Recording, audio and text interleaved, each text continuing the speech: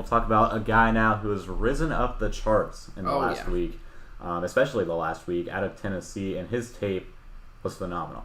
I mean, he had an incredible game that we're going to have footage from against Will Anderson, a speed-to-power edge rusher coming straight at his face, and then another tape that we have against BJ Ojulari as well out of LSU, where he's more of a bendy, try to get around you type of edge rusher, and he did very well against both of those guys. And Darnell Wright, I think, is flying up the board right now, and he's going to be a top 20 pick at this point, in my opinion, where at the time I thought he was going to be in the late 20s.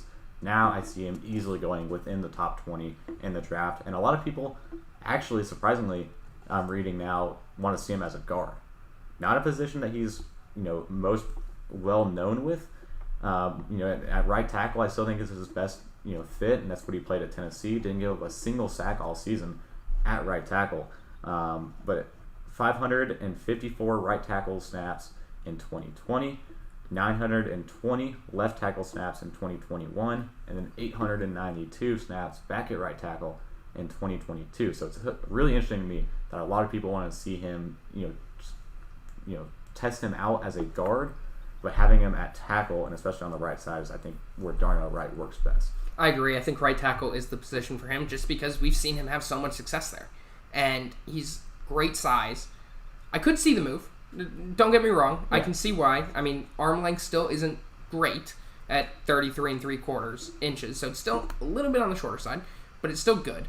And I just don't see any reason why you'd want to move him. Mm-hmm. I mean, he's shown that he took on arguably the best player in this draft, made him look silly for the most part. I mean, I just don't see why.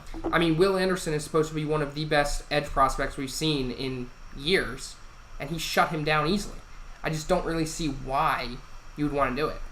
Mm-hmm. I mean, he's a big guy, 6'5", 333. He moves his weight well, though. I mean, I kind of see him as like a, hopefully better, DJ Fluker. Yeah. I mean, I think he's a really good player, and I see him as a starting right tackle in the league come this year. I just don't see any other way. Yeah, and the other, I mean, he was so productive. Highly productive, and at a top level. The SEC is a top level, especially for edge rushers, and being on the offensive line, that did a right tackle, like I said, did a left tackle. The one thing maybe I can think about with him being a guard, I didn't think he was the best at longer pulls. When they were doing a zone run to the left, and he would have to pull all the way from the right side, he couldn't really catch up and get ahead of the running back and help block in that scheme. So I think moving him at guard maybe helped out with the shorter pulls potentially. And then the second level, again, not the best climbing up to the second level, which is why I think he's more of a tackle, which I would love to talk about, talk with someone more in the world and deeper into the scouting departments and insiders to figure out what is so appealing to him at guard. But it's so interesting to see how someone could try to use him in a different way that we haven't seen before at that level. Yeah, I mean, that's one of the great things about football is there's so many different variations that you can see. There's so many different people, and you're all looking at this. I mean, we're just talking about it. A guy that we thought earlier on is going to be a late 20s pick, potentially be a top 10 pick. I mean, some people saying offensive tackle, some people saying guard. There are just so many different ways that people kind of view these players, and that's really good, honestly. I mean, just having ideas, trying things out, trying to find out the best place for this player to be. And, for all we know, guard is going to be the best place for him. He's going to go to a team. They're going to move him to the guard position. He's going to be an all-pro. Mm-hmm. We don't know. But no, I think it'll be a very interesting process over the next few months once he's drafted. See what teams decide to do with him, personally.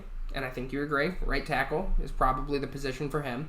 But we're not paid to make decisions on where to play players right now. Yeah. We're here just talking about what we see and what we think, and we think it's a right tackle. If we end up being wrong, whatever. Props to whoever drafted him for that position, and we'll see how it goes. So let's check out some of this tape. Yep. And the first one, again, a lot of these plays were one-on-one against Will Anderson, a perennial top player in this year's class, top 3 player, expected top 5 easily in this year's class, and again, made him look absolutely silly.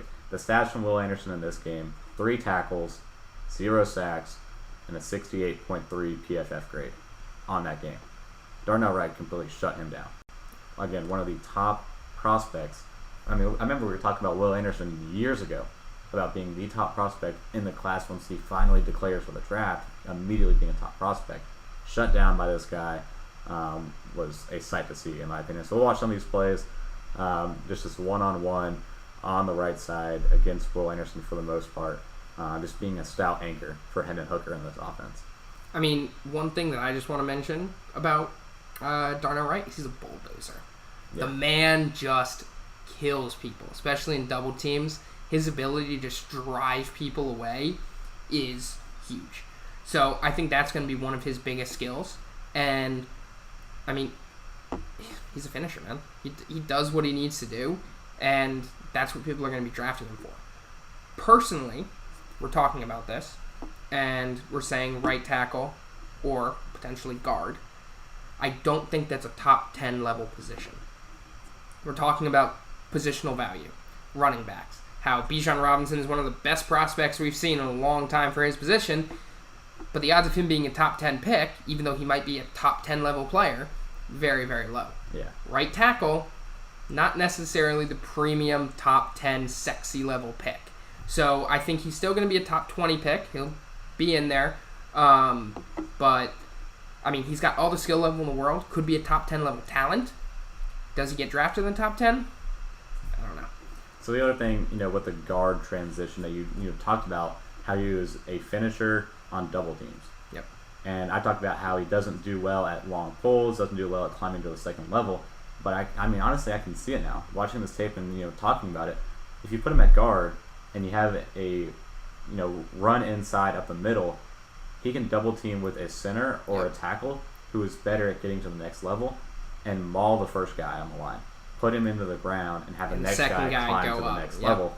I can see that work really well at an offensive guard with a team that does a lot of inside runs, a lot of early down runs, and I'm starting to buy into it potentially a little bit move.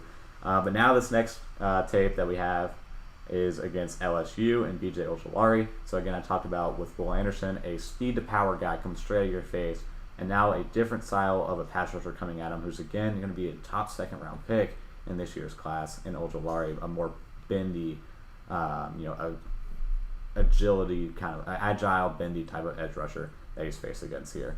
And this one still being able to showcase his footwork, get into a right spot against that type of a pass rusher, and still hold him in check against, in protection for Hendon Hooker as well.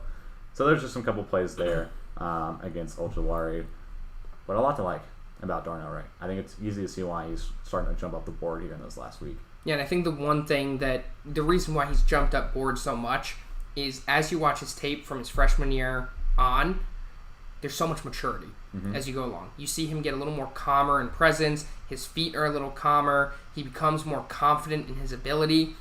And I think having great games against BJ Ojulari, Will Anderson, seeing that he can do what top picks can do, has given him a little more confidence, and he's been able to really use that to his advantage, show it in his game, show it in his film.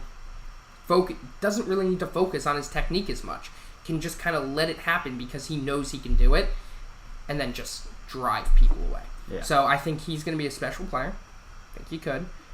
Top 20 pick. I think there's a lot of teams that would be interested in drafting him, especially as some of these other guys go away. But no, I'm excited to see where he goes and where they use him. Yeah, so to me, I think about teams, and he has a wide range. Yeah. I mean, I think he could be a top 20 pick. I still think he could be a mid to late 20s pick. I think he has a very wide range in terms of where he potentially could go once we get to draft time. But 3 teams that I've liked, and I played around with it. 1 team in the teens, 2 teams in the mid to late 20s. The team in the teens is your New York Jets. And that's where I currently have them slated at right now at 13 to the Jets, if they hold on to that spot. And then the other 2 teams as well, late in the late 20s, the Buffalo Bills and the Cincinnati Bengals. All 3 of those teams, what they have in common and where I see Darnell Wright fitting best is, if he's at the right tackle position, and if that's where they draft him to be at, is in a play-action, pass-heavy offense. And those 3 teams, I think, when Rodgers eventually goes to the Jets, we're going to see that style of offense with those three teams, and I think he can be a good fit within those offenses. Yeah. I think there's two other teams that we got to mention when it comes to this. One of them might be a little bit of a surprise. The first team is the Pittsburgh Steelers. Yep. I think that's a very interesting pick. They could use some help at the tackle position. They could also use some interior help. And, if they decide to move him to the guard position, I think that would be a very interesting pick there to have him move there. The other team, a little bit more of a surprise. We talked about them earlier, the Tennessee Titans. I think that's more of a reach pick for them.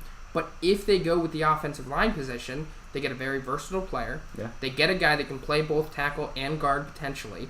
And I think out of all the guys we've talked about, lowest floor, highest ceiling of the three guys that we've talked about. Mm-hmm. So I think that would be a very interesting pick. You kind of, again, not a splashy pick that we might be expecting now out of the Tennessee Titans. But if you're talking about going offensive line, arguably might be the best pick for them of the three guys that we've talked about. Maybe the least amount of question marks as well. Yeah. So it's interesting to see, but I think that's kind of like a surprise pick. If we were to go closer to the top 10, that might be a team that ends up going for him.